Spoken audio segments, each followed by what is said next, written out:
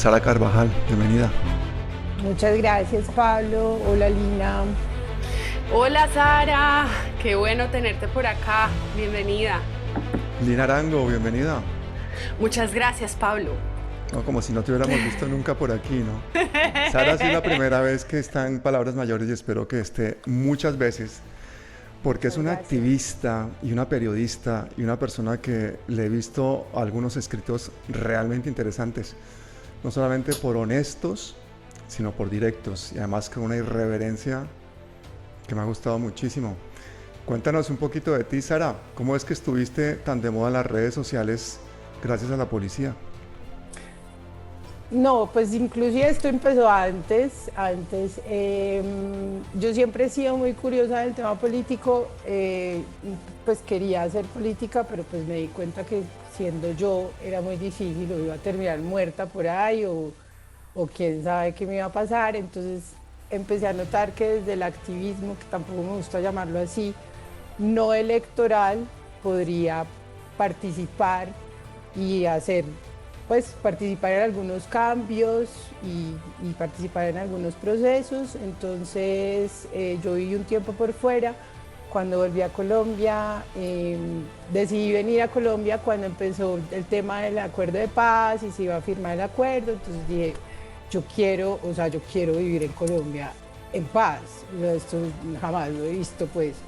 Entonces me devolví, vivía en Barcelona y empecé a participar, hice parte de un grupo que se llamaba Paz a la Calle, que fue un movimiento ciudadano que se creó a partir de la votación del no en el plebiscito por la paz, y era la representante de las comunicaciones en Antioquia. Esto era un movimiento nacional, había en Bogotá, en Cali, bueno, en varias ciudades. Fui a La Habana, nos reunimos cuando sucedió esta conversación post plebiscito, el diálogo nacional que convocó Santos. Entonces, las FARC pues pidió que nos que hiciéramos presencia allá, porque además les parecía pues como muy extraño y muy notorio que hubiera un movimiento de paz a la calle tan grande que apoyaba los acuerdos de paz en Antioquia, ¿no? Con el uribismo. Y ahí estoy. Y entonces, hace muy poco, hace, no sé, 2 años o algo así, no menos, mucho menos, organizamos con un amigo, Julián Vázquez, un debate ciudadano con el secretario de Ailina, ¿cómo es que el secretario Juan Pablo Ramírez era de Participación Ciudadana? Creo que se llama la Secretaría de Participación Ciudadana.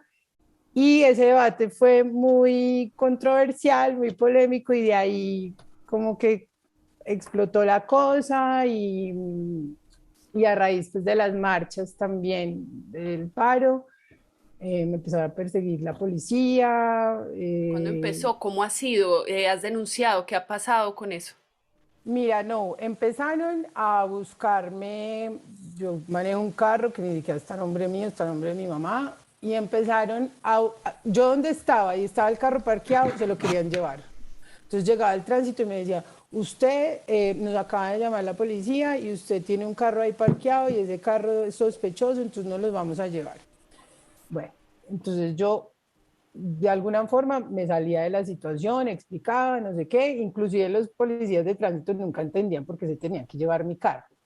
Entonces, bueno. Y Ujú. finalmente un día estaba acompañando una grabación de una película, y al final del rodaje tenía que grabar unas escenas en una marcha. Al final del rodaje nos cayeron 50 motos de policía, una cosa así, con aturdidoras, todo el mundo judicializado. Bueno, la gente empezó a sacar los permisos de grabación, todo. Y a mí me cogieron y se me llevaron el carro y me señalaron de transporte de explosivos, que es un delito, y ¿Te acusaron de transporte de me acusaron explosivos? de transporte de explosivos y de transporte ilegal. ¿Pero qué llevabas Pero en sin el ningún... carro? Había unas bengalas que necesitaban para una escena, que tenía que salir unos pelados con unas bengalas de amarillo, azul y rojo, que ni siquiera estaban en el carro, sino que estaban afuera. Y ellos por hacer algo, porque tenían que culpar a alguien de algo, entonces llevaron mi carro, me acusaron de transporte de explosivos, de transporte ilegal, y a partir de ahí ya sí empezó una persecución muy horrible de la SIJIN, de la policía, me llevaron a la estación de policía de Laureles, yo vivo en Laureles, en Medellín, eh, me encerraron, me perseguían policías en la calle, gente de civil, me grababa, entonces yo iba y decía, ¿usted quién es? Y decía, nosotros somos la SIJIN. ¿Pero qué Entonces, te explicaban? O sea, cuando que ya los tenían una orden encarabas. de llevarme, que yo me tenía que ir con ellos, sin una orden, que yo estaba requerida. Y nadie me mostraba una orden de nada, nadie me decía por qué, nada. Entonces yo me tuve que ir un tiempo, entonces me fui un tiempo para Europa y volví. Y pues la idea era solicitar el asilo, pero no, finalmente para mí no es posible no volver a Colombia. O sea, 5 años sin volver me parecía muy difícil. Yo soy hija única, mi mamá es una señora de tercera edad, yo no puedo dejarla así. Entonces me devolví, siento que las cosas están mucho más tranquilas. Mi caso lo tomó la Corporación Jurídica Libertad, que es una corporación Ok. de abogados que representan víctimas contra el Estado. Personería también tiene el caso y bueno, pues participé en una audiencia en una sesión del Consejo, perdón, que habían convocado para hablar de la violencia policial en el marco del paro nacional y tuvimos, pues realmente la Corte Interamericana no pudo tomar los casos de Medellín porque no eran los más representativos o los más difíciles, pero estuvimos seleccionados pues también para hablar con la Corte, entonces para hablar de la persecución judicial, porque más que todo a mí lo que me montaron fue un falso positivo y sí una persecución muy miedosa. Y bueno, no, entonces me han pedido que haga público el caso para que haya como un acompañamiento y que la gente se asuste más para meterse con uno, pero yo tenía mucho susto, yo no lo quería hacer público. Claro. Sara, ¿y tú tienes algún tipo de protección? ¿Pediste algún tipo de protección en algún momento? No, porque ¿a No, quién le pides la protección en todo caso? no, yo tenía mucho susto. Yo no quería que nadie supiera, yo no quería...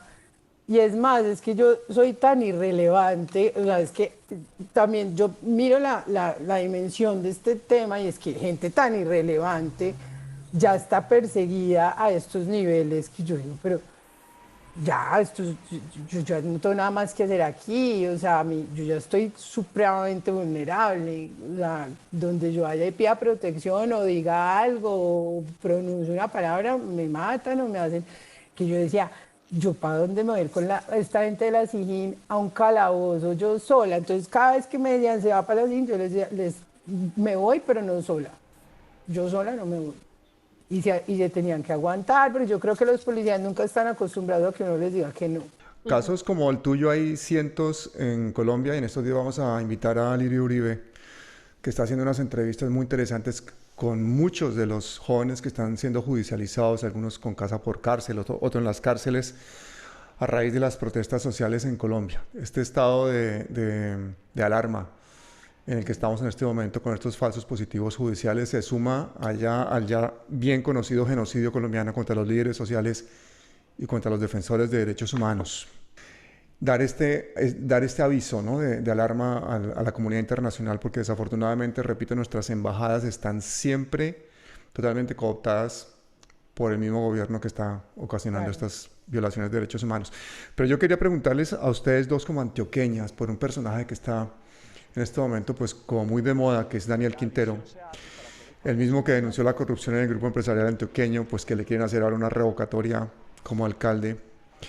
Y quería saber ustedes un poquito qué percepción tienen de este personaje, que para algunos es como un ejemplo de superación, porque pasó de vendedor ambulante a mensajero, derrotó a Uribe en Medellín en la alcaldía, empieza a desarrollar software a los 12 años, estudia ingeniería electrónica, becado, luego estudia finanzas públicas en Harvard, milita en varios partidos, incluyendo el Partido Conservador, termina viceministro de las TICs de Santos, renuncia para hacerle la campaña presidencial a De la Calle y es elegido contra todos los pronósticos derrotando el uribismo en Antioquia. Entonces, cuéntame un poquito, Lina, tú como antioqueña, ¿qué percepción tienes del alcalde? Pablo, ha sido muy complicado hacerme a tener una postura con lo que ha pasado con Daniel Quintero, porque es un tipo que a mí me deja desconcertada en en muchas de sus actuaciones. Digamos que cuando él se lanzó a la alcaldía de Medellín, a mí me buscaron algunos personajes para que apoyara esa candidatura. Yo les pedí que me prestaran, por favor, que me pasaran en ese momento cuál era el plan de gobierno que tenía Quintero, pues obviamente para leerlo y saber si iba con esto o no. Yo lo estuve estudiando con unas personas de una red con la que yo estaba en ese entonces trabajando, que es una red del movimiento social. Y estuvimos leyendo punto por punto ese plan de desarrollo que proponía Quintero, pues si era mentiroso. Desde el propio planteamiento era imposible. Imposible porque cuando uno lo lee, pues uno sabe que esas cosas en el tiempo en el que iba a ser alcalde, pues eran imposibles lograrlas en Medellín. Entonces, si ya de entrada la promesa venía con tantas fallas de procedimiento, pues yo no quise apoyar esa candidatura y sin embargo, tengo que decir que cuando ganó celebré porque significaba que estaba ganando en mi cabeza pues opuesto al uribismo en Medellín. Es decir, no es el hecho de que él estuviera ganándole a un candidato del uribismo no lo hace un buen candidato ni lo hace un buen alcalde. Y empecé a oír, fue un descontento generalizado por muchas cosas, pero en especial porque el asunto para mí no es que trabaje con sus amigos. Yo creo que la mayoría de la gente termina trabajando con sus amigos. Yo creo que el asunto es a quiénes están poniendo, en qué cargos, hacer qué y eso qué le ha traído a la ciudad. Y creo que ha habido muchas equivocaciones de Daniel Quintero. No sé a qué juega, porque creo que está liado con la vieja politiquería al fin y al cabo. Creo que tiene acercamientos que a mí me preocupan muchísimo con expresidentes y con personajes que me parecen nefastos. Me parece que está escalando posiciones para llegar a la presidencia, que creo que es lo que está buscando y quiere, pero que sea antiuribista o que Uribe lo descalifique no lo hace una persona apta para gobernar. Sara, ¿y tú qué percepción tienes del alcalde? Bueno, yo antes que nada quiero decir que yo voté por él, porque el problema con el uribismo es que nos llevó a esta lógica de uribismo, antiuribismo. Entonces usted corre y vota por el antiuribista. Y el antiuribista, como dice Lina, no necesariamente representa nada bueno per se o lo contrario, las prácticas contrarias. Yo creo que Daniel Quintero evidentemente es un hombre brillante, o sea, sacó la mayor votación para la alcaldía en la historia de Medellín, usted no lo puede lograr si no es una persona brillante. Es un tipo que se formó en Bogotá, cuya carrera política está en Bogotá y aterrizó 6 meses antes de las elecciones en Medellín con el caballito de batalla de Hidroituango. Ha propuesto una narrativa y se hizo elegir bajo una narrativa de independiente, antiuribista, voy a desmantelar la corrupción en Medellín, pero llega con personajes como Luis Pérez, como Gabriel Jaime Rico, como el clan Suárez Mira, que es de los clanes políticos y parapolíticos más importantes que tiene este país. Entonces Daniel Quintero simplemente es la continuación de todo esto que él dice estar en contra, pero sosteniendo unas estructuras políticas de toda la vida que se han robado también a Antioquia toda la vida y que han sido corruptos y que tienen nexos con paramilitares de toda la vida. Entonces le ha servido muy bien la narrativa de soy un antiuribista y sirve mucho también para afuera de Antioquia, pero lo que estamos viendo aquí es todo lo contrario. Petro, ante la disyuntiva de darle los puestos afro a Francia Márquez o de traer a la coalición al alcalde Daniel Quintero, pues ha preferido brindarle su apoyo a Daniel Quintero. Y prácticamente ha dejado a un lado a Francia Márquez, ¿no? Luego salió a decir que no, que eso ha sido el colegio electoral del pacto, que se había volado el renglón étnico. Pero realmente, pues el desaire a Francia Márquez estuvo claro y sus primeros 20 puestos prometidos para sus dos curules jamás aparecieron. Luego salió Petro a decir que agradecía a Francia pues, por su gran sentido de responsabilidad histórica. ¿Qué piensas que es lo que hay detrás de todas estas jugadas de Petro en apoyo a Quintero, Lina? Me cuesta mucho trabajo entender que valga todo, todo para llegar al poder. O que lo diga claro, ¿cierto? Lo que yo quiero es el poder, no importa. Y eso estaría mucho mejor. Salgámonos ya de tanta vaina y de tanta bobada y de hablar tan lindo y vámonos derecho. Me quiero el poder a como dé lugar. Porque es que es eso un poco cuando digo me voy con Daniel Quintero porque Daniel Quintero está en contra de Uribe. O sea, de verdad, habría que mirar la gestión de Daniel Quintero. Habría que hacerse una pregunta de quién es el político que hay ahí y qué tipo de política está ejerciendo, porque como bien lo dice Sara, es una política igual a la otra política, solamente que está beneficiando a otros, pero es lo mismo. Entonces, francamente, creo que son salidas muy en falso que a mí me preocupan muchísimo, no solamente pues con Daniel Quintero, sino los acercamientos con Luis Pérez, pues son personajes antioqueños tan nefastos. Y son cercanos esos dos, ¿no? Quintero y Luis Pérez son cercanos. Ahí la jugada es atraer a César Gaviria porque Partido si César Liberal. Gaviria se va con el pacto, inmediatamente Petro es presidente, ¿no? Es que creo que por ahí va la cosa y es la cercanía de la que se le ha acusado hace mucho tiempo a Daniel Quintero con César Gaviria. Yo no podría decir que lo sé de cierto, porque no lo sé de cierto, pero sí sé que es de lo que se habla ya hace algún tiempo y es esa cercanía política que tienen ellos dos y que es para mí lo más preocupante que tiene en este momento. Sara, pero el problema es que el voto en Antioquia es muy voto de opinión, ¿no? Es un voto muy atado. Entonces, esas cuentas de que los 800.000 votos de Luis Pérez se le van a ir al pacto histórico en el caso de que Luis Pérez se pase, eso no pasa en Antioquia. ¿O tú crees que sí? Que de pronto 800.000 uribistas se van a ir a votar por el pacto histórico porque Luis Pérez firmó. Yo creo que Petro está apostándole al voto maquinaria por encima del voto de opinión y yo creo que Petro es un tipo muy inteligente y ya habrá hecho sus cuentas. No sé qué tanto el voto de opinión en Antioquia, cuánto peso tenga, porque es que definitivamente un Daniel Quintero ganó gracias a las maquinarias, gracias a Luis Pérez y a todos estos clanes políticos de toda Pactó la hasta con vida. el diablo, ¿no? No, eso tuvo que haber pactado con Dios y con el diablo, porque es que, imagínate, pues un desconocido ser alcalde de Medellín. Oye, ¿y tú que Eh, vives en Medellín? Es verdad que Medellín está hecha polvo, que está llena de huecos, que está llena de basuras. Cuando en la campaña este hombre ponía en los pasacalles que iban a bajar los servicios públicos, EPM no ha hecho otra cosa que subirlos hasta subir. las órbitas. Yo ¿Eso es estoy pagando verdad? el doble, yo estoy pagando el doble. Él prometió que iba a congelar tarifas, eso no pasó. Medellín está llena de basura, o sea, por lo menos Laureles parece un basurero, hay cielo abierto, es una ciudad que se ve como sin esperanza.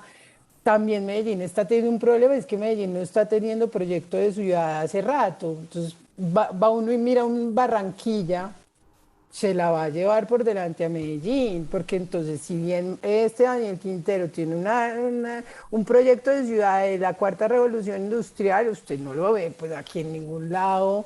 Yo lo que veo son estudios webcam, veo call centers, pero yo no veo un proyecto de ciudad que esté formando gente para hacer un Silicon Valley. O sea, yo lo que veo es otra cosa, mano de obra barata para startups y para empresas que están afuera, que necesitan mano de obra barata. Sara, pero eso lo empezó, si nos ponemos a ver, es que venimos un poco así desde Fico Gutiérrez, porque es que Sí. hay gente que está hablando ahora de que es que la ciudad se vino a pique y no sé qué, pero estamos olvidando esa nefasta administración de Fico Gutiérrez que fue perversa y que este señor que ahora pues está aspirando también a la política nacional fue muy dañino para Medellín. Sí, no, es que aquí ha habido un proceso ya, yo creo que después de Alonso, ya el tema de Medellín como ciudad, como ciudad que vuelve y nace de las cenizas y renace de las cenizas, yo creo que ese proceso ya paró con Fico. Y en cuanto a los méritos de la labor de Daniel Quintero en EPM, ¿qué podemos decir? Porque en estos días con el pago de esa cifra millonaria de Mafre, pues la gente como que volvió otra vez a caer en cuenta que este ha sido una adalid de la lucha contra la corrupción del grupo empresarial antioqueño, pero por otra parte es parte integral en este momento de todo eso. Además el proceso de Mafre llevaba años. ¿Tú qué opinión tienes de eso?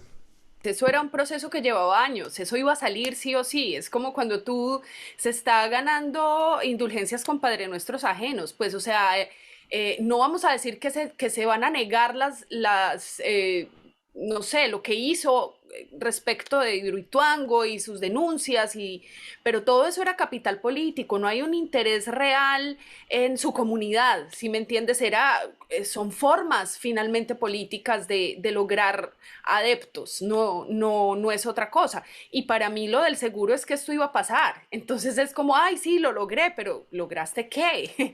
Pues realmente creo que el tipo necesita inflar un montón todo lo que viene pasando porque su popularidad va hacia abajo. Cosa que me preocupa a mí es que yo no le veo la preocupación a este tipo. Él habla con una soberbia que yo digo, ¿quiénes son los padrinos políticos de este hombre?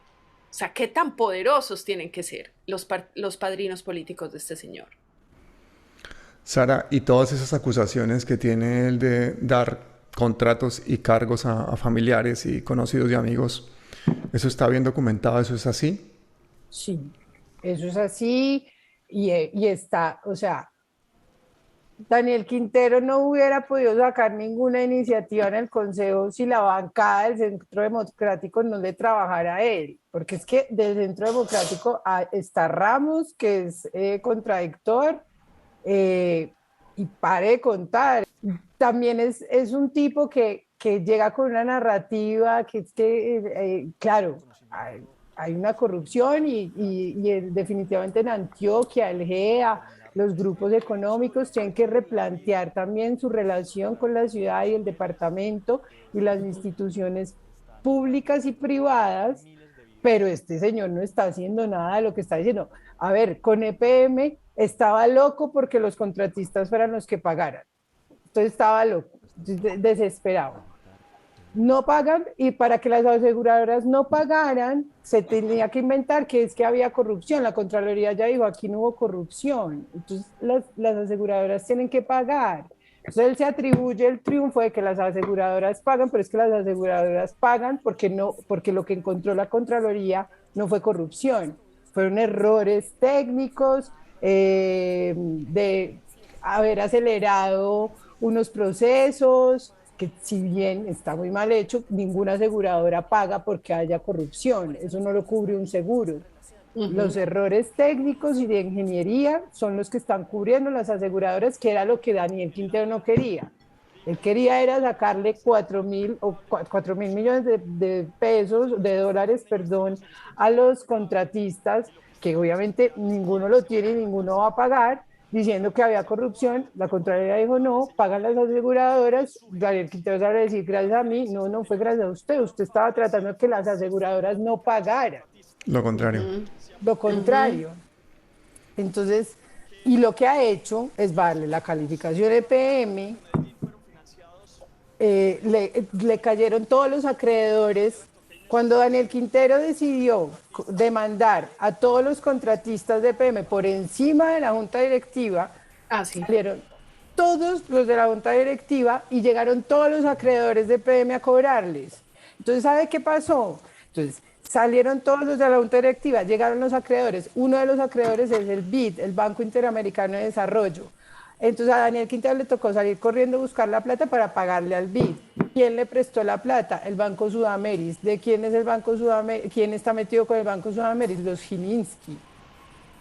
Entonces hay un Sí. entramado aquí, y entonces estamos todos como en un sándwich, porque entonces si bien por un lado se hacen mal las cosas, y esto habría que determinar, la justicia lo tiene que determinar, Daniel Quintero también está haciendo otras. El municipio de Medellín depende de EPM, y si a EPM le va mal, le va muy mal a Medellín, y este tipo está jugando políticamente con una empresa que se estaba financiera y económicamente portando muy bien.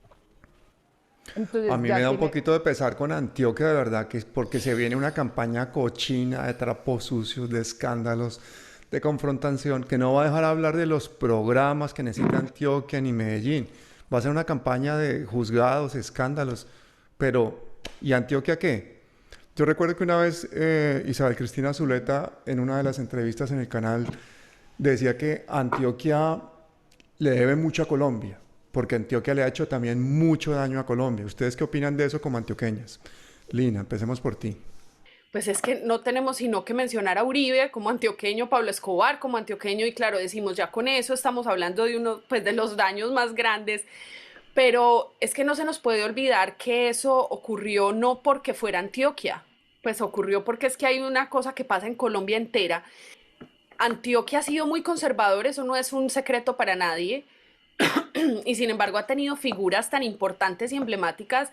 Es que si nos vamos nada más a Pedronel Gómez, si nos vamos después a Débora Arango, si nos vamos nada más María a todo, Valle, sí, María Cano, o sea, tantas figuras que han sido tan importantes en Colombia y también incluso en la lucha, que pues no sabríamos qué decir, cuántos muertos hemos puesto en Antioquia nosotros con todo este conflicto. Entonces creo que no, eso no es el punto. El punto sí creo es que en Antioquia, que ha sido tan conservador y que ha sido además tan difícil salir de la guerra, porque nosotros la vivimos en carne propia profundamente, pues ha habido unos pactos que se han hecho. Eso no es un secreto para nadie. Y yo creo que lo que está pasando ahora es que todo eso se está resquebrajando. Y entonces ahora nadie sabe para quién trabaja y cómo están pasando las cosas. Creo que Antioquia en este momento no, pues no hay nada claro con Antioquia. ¿Quién está a la cabeza de qué? No lo sabemos. Pero tampoco sabemos cuáles son las jugadas grandes que se están haciendo los grandes multimillonarios colombianos, ¿no? Hablaban ustedes del grupo Gilinski que está intentando meter la cabeza en el grupo empresarial antioqueño, pero resulta que el grupo empresarial antioqueño, como conglomerado, si venden una parte de una empresa, están vendiendo parte de otras empresas, entonces tampoco querían dejar entrar a los Gilinski así. Realmente, ¿qué es lo que hay detrás de todo esto? Luis Carlos Sarmiento intentando entrar en este conglomerado. Se nos escapa totalmente lo que está sucediendo y que va a determinar el futuro de los colombianos, no solamente en las próximas elecciones, sino en la economía, que esa va a seguir por delante de los acontecimientos políticos durante mucho tiempo, porque son los que han tenido el poder, los bancos, el dinero, la policía, el ejército, prácticamente todo. ¿Cuál es la situación de seguridad ahora mismo en Medellín, Sara?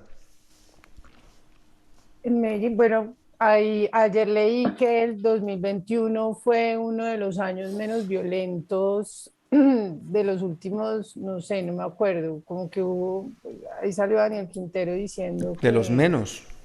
de los menos violentos, sí, de los menos violentos que ha habido. A ver, de todas maneras la percepción ciudadana nunca es esa. Uno como ciudadano siente y más con la pandemia que la pobreza. Pasa que cualquiera que nos oye hablar sin saber que somos colombianos se imagina que aquí no han matado a nadie. En Bogotá mataron el año pasado 1.100 y pico de personas. O sea, casi 3 personas diarias en Bogotá, asesinatos. Sí, yo creo que en un marco de pandemia la percepción ciudadana es otra. Uno siente una ciudad mucho más insegura, mucho más pobre, mucho más miseria.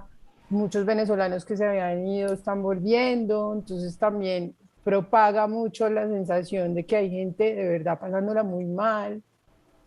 Y como siempre hay una politiquería detrás de toda ayuda y detrás de pues, de un acompañamiento de la alcaldía, de la administración, entonces es muy difícil.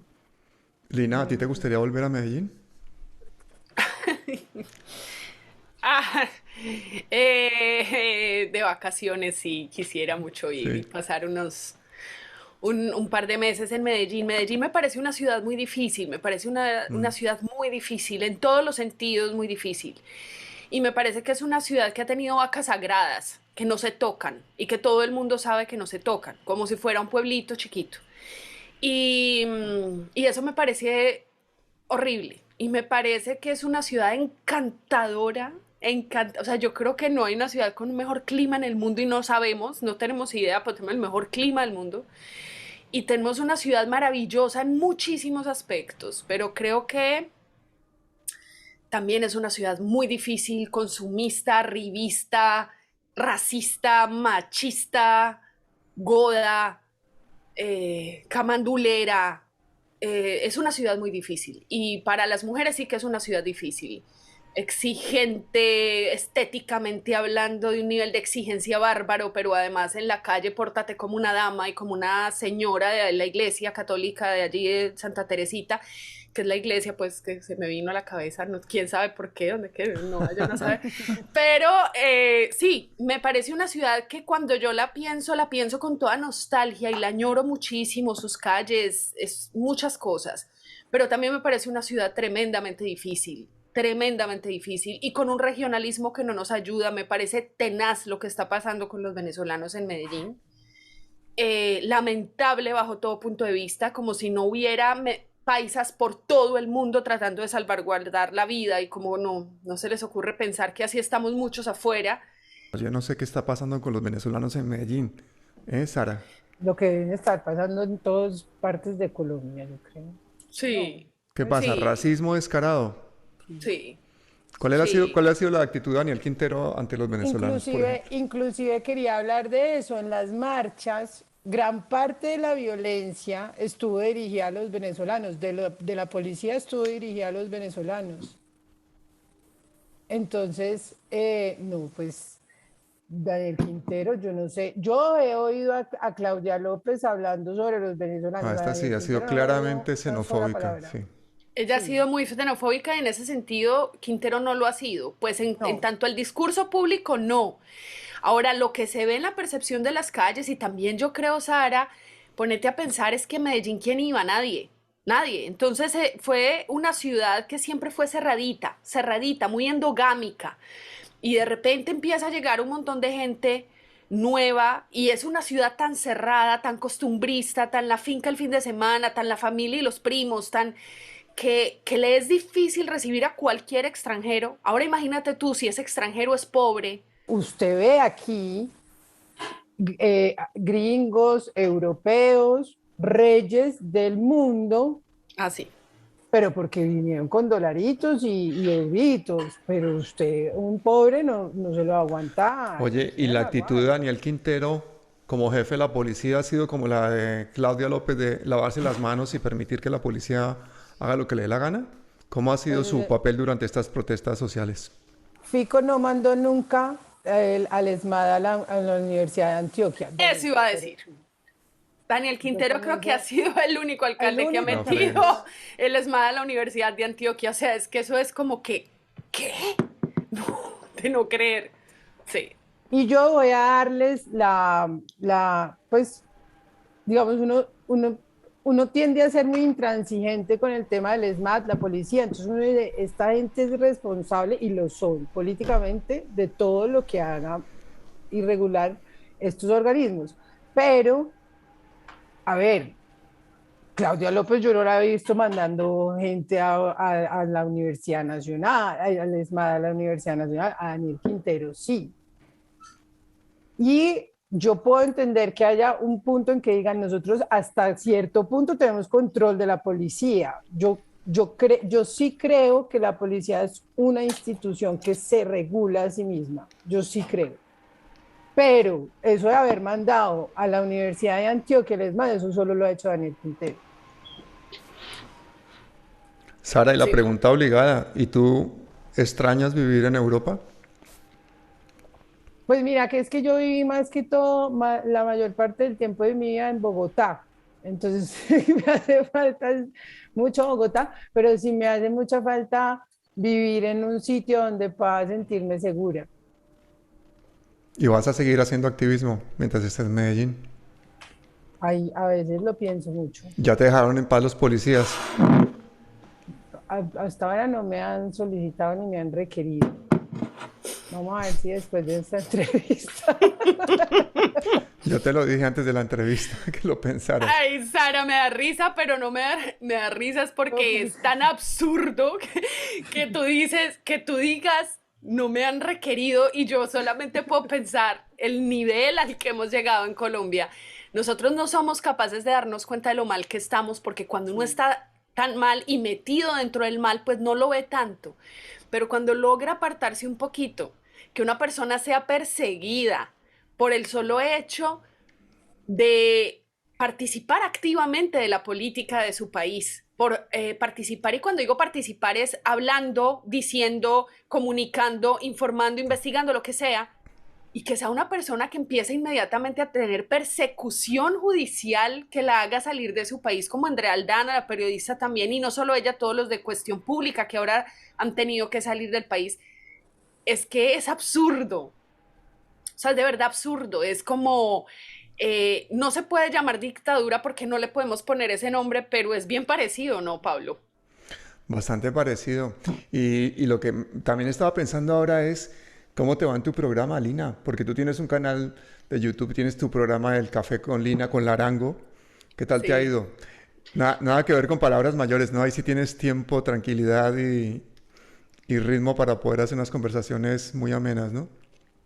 Sí, la idea con un café con Larango es tener tiempo para conversar. Ya creo que eso es algo que cada vez es menos y me parece importante poder hablar y hablar sin límite de tiempo y hablar de lo que se nos venga y profundizar en lo importante, en lo humano.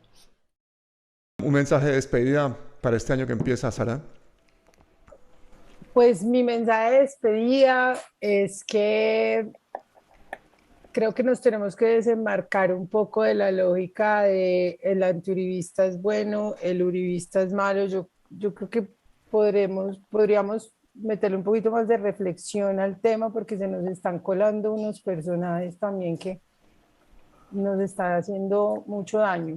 Mucho daño y en algunos casos mucho bien, porque por ejemplo Daniel Quintero, la mejor ayuda que le pueden dar es que Álvaro Uribe esté avalando su revocatoria, ¿no? Se están haciendo toda la campaña entre ellos Le está dos. haciendo la campaña. Petro, Uribe, o sea, Sí. jefes de campaña del uno del otro, una delicia. ¿Y tú, Lina, un mensaje para el 2022? Bueno, que la política colombiana empiece a tener el nivel que se merece un país que está buscando salir de la olla. Deseo que nosotros como ciudadanos y ciudadanas entendamos el papel que podemos tener dentro de ese cambio que tanto anhelamos y que se lo dejamos y endilgamos a los políticos. Una de ellas es, y los invito a que vean el programa que hizo Carolina Ramírez, precisamente explicando aquí en palabras mayores, busquen lo que fue muy interesante porque explicó como en un paso a paso cómo podemos hacer los que estamos tanto en el exterior como los que están en Colombia para ayudar, por ejemplo, a que las elecciones próximas sean transparentes o por lo menos evitar un fraude electoral. Esos son mis deseos, que elevemos el nivel del debate, que participemos en política, que hay muchas formas de hacerlo y que participemos en esta transformación que tanto buscamos. Efectivamente, porque no sirve de nada hablar de política si luego se van a robar las elecciones. Por eso estamos haciendo un monográfico de varios vídeos, con varios conversatorios, con entrevistas, con análisis y con unas especies de vídeos en los que se resumen exactamente paso a paso lo que tienen que hacer los testigos y los jurados el día de las elecciones, tanto los jurados en las mesas como los de escrutinio, y lo que tenemos que hacer todos para luchar contra el secretismo del software de la registraduría. Muchísimas gracias, Sara. Muchísimas gracias, Lina. Y hasta siempre. Pablo. Bueno, Gracias a ti, gracias. Pablo. Sara, un gusto conocerte. Chao, un gusto. Chao. Chao. Bye.